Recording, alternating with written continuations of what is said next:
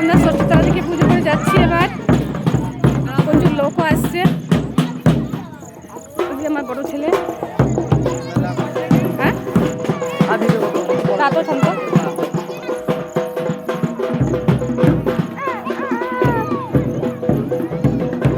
এই যে এবার প্রচুর লোকও আসবে।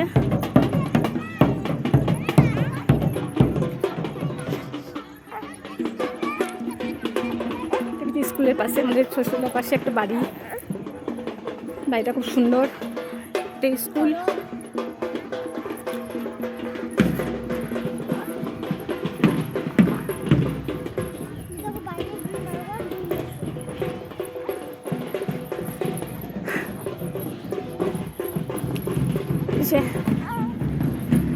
এটা আমার একটা ভাইপোর বাড়ি।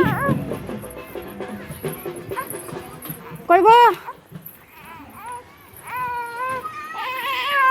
জল দেন তো খাই।